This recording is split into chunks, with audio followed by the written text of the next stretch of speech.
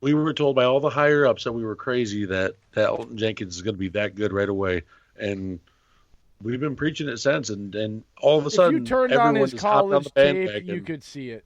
You turned on his college tape. You don't see guys that play like that in college that dominant. Like Quentin Nelson, you saw that tape. I think JB, there's a few linemen that jump out and they come to the pros. His tape was just screaming like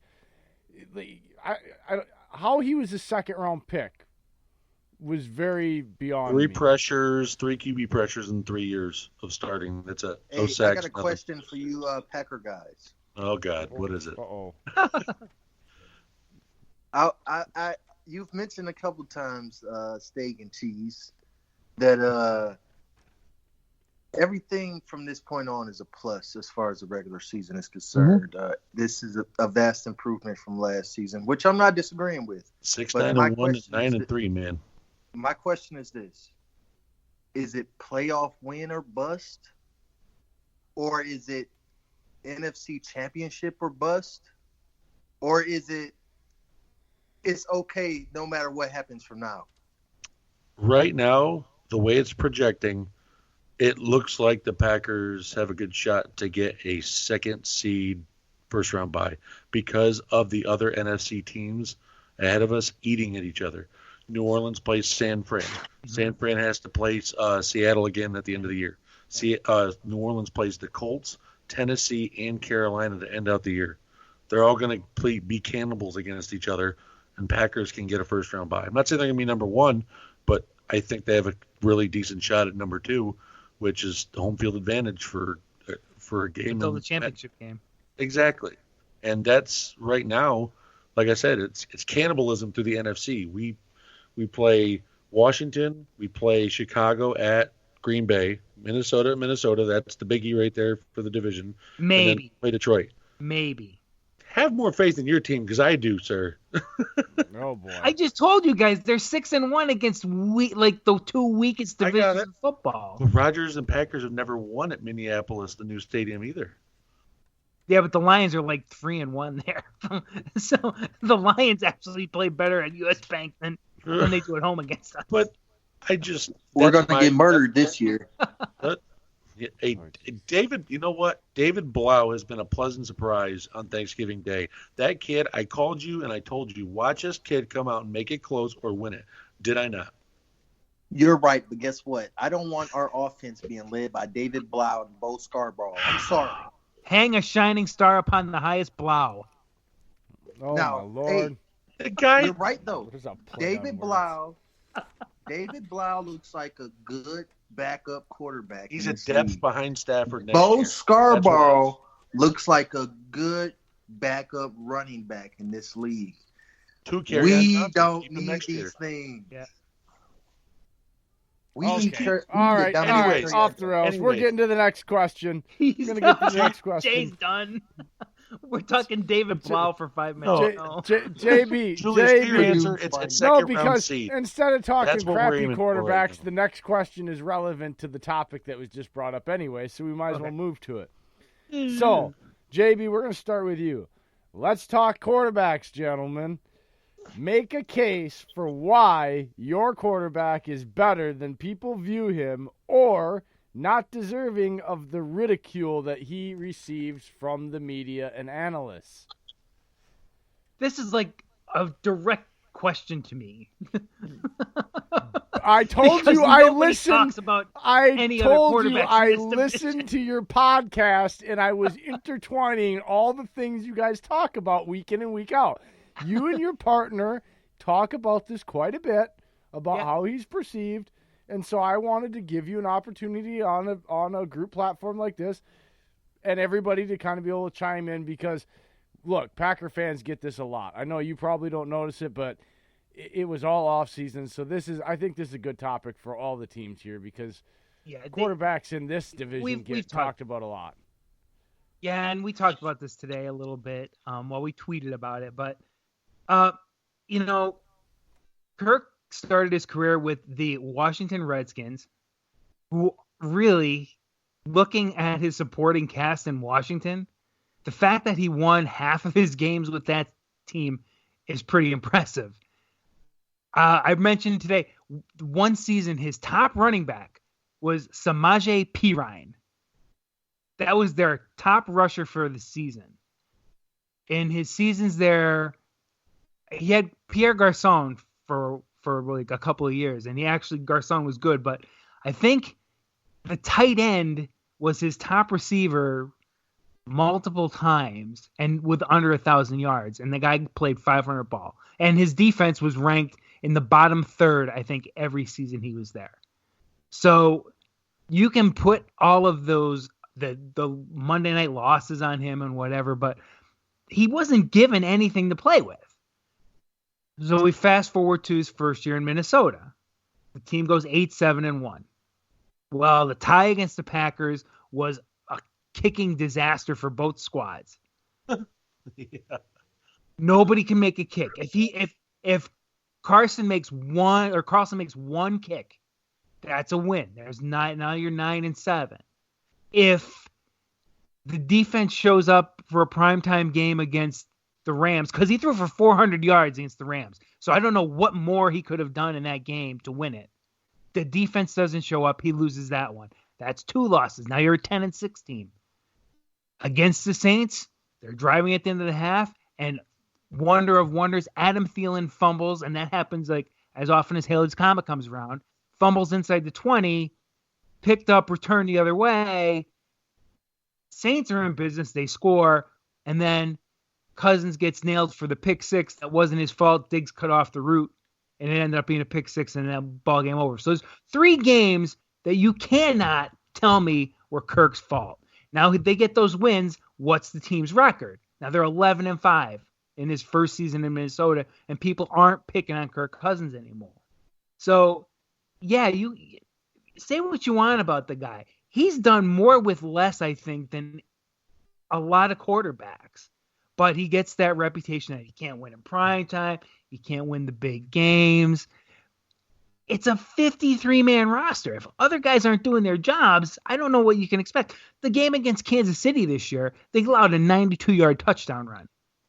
He took them from behind not once but twice in that game, and the defense could not finish the job for him.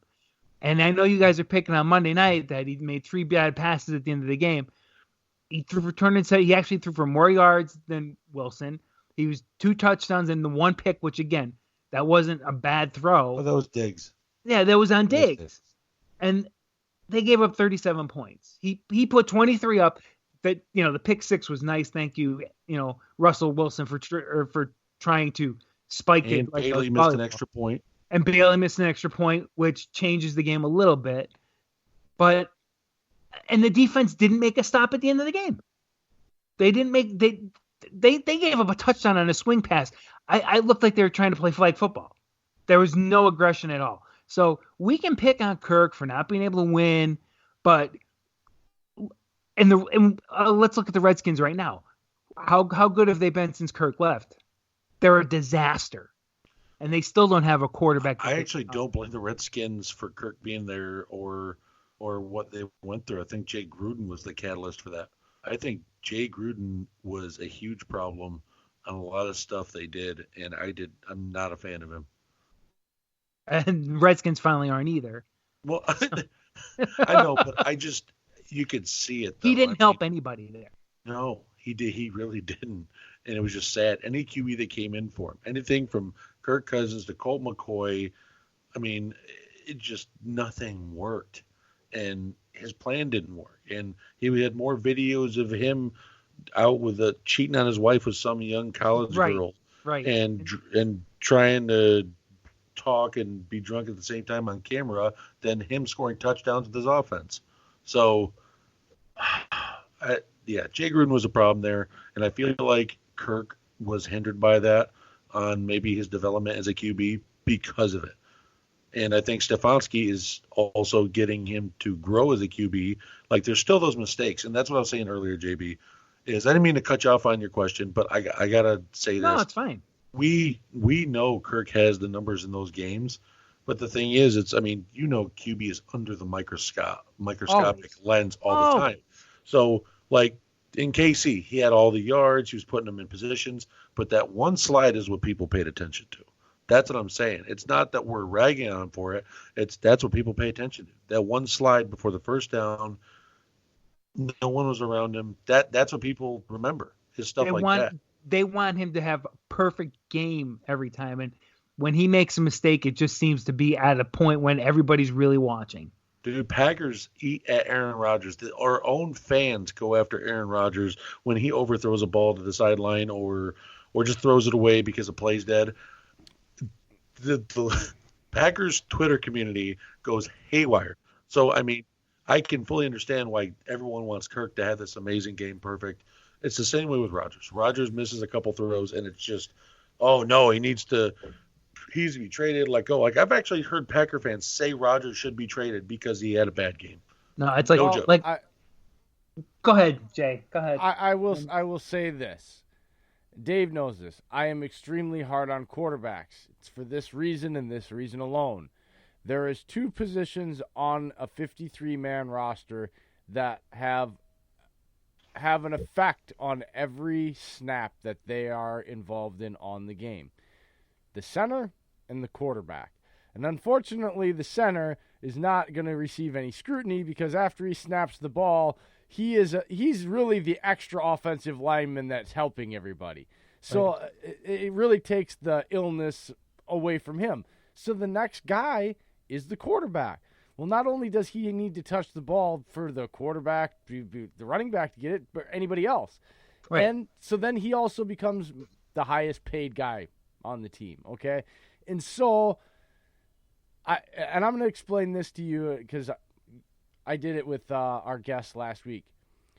When I started transitioning to try to learn more about football, to be a better analyst and less of a fan, I went ahead and consumed every piece of football knowledge I could, right down to reading more than once Football for Dummies. And there's an entire section in there of just the basics from how your feet are supposed to go, arm angles, reads, everything. And so when I analyze a quarterback, JB, it is under that scrutiny with those sets of rules that they are that important. And so expectations, to me, is not about the numbers. It becomes about the critical downs and distances that make or break and determine wins or losses when they have the ball. Because, yes, he can't control, Aaron Rodgers can't control if his defense gives up 54 points. But if he's on the field in a one-score game and he screws up, makes bad reads, they lose the game because of him. That's the way I look at it. Because the last and I it's harsh. It is harsh, but because of the situation there, now it's different. Like if you've put them ahead and then you're sitting on the sideline and your defense is out there and they give up the go-ahead score and you never get around. Like I'm not that dumb, right? Like I understand there's expectations and exceptions to every different thing, but in most situations, like on the Monday night, I'm not going to accept that it was the defense's fault. No timeouts left, 2:58, down by 4, ball's in his hands. Got to do it. You got to stay in the pocket. You got to hang in there. You got to make the correct reads. You can't get happy feet. There's all these things that a guy, because he's not a second-year player, he's not a third-year player, he's a franchise and paid to be the franchise player. And so in those situations, yes, I am definitely going to argue when it comes to the stats. I'm going to throw it out. And that's just how I feel. And it's not just with Cousins. Trust me, I'm like that when I break film about any quarterback, including Aaron Rodgers, because they are that important to their franchise. That's because of everything I explained. And that's the only thing. And it doesn't make Kurt. And I guess the problem I have with Kurt in this conversation is people take my analysis of him, JB, and then they try to jump on that I'm saying he's trash. No. What we're now talking about when I'm getting there is I'm splitting hairs between him and Drew Brees, Aaron Rodgers, and Tom Brady. Like those types. Like when we're going to start to talk about very good to the elite class, the Hall of Fame class, Kurt's not there yet. And it's because of those moments right there that separate those guys from guys like him. He's very good. It doesn't mean they can't get there, because that's not That's like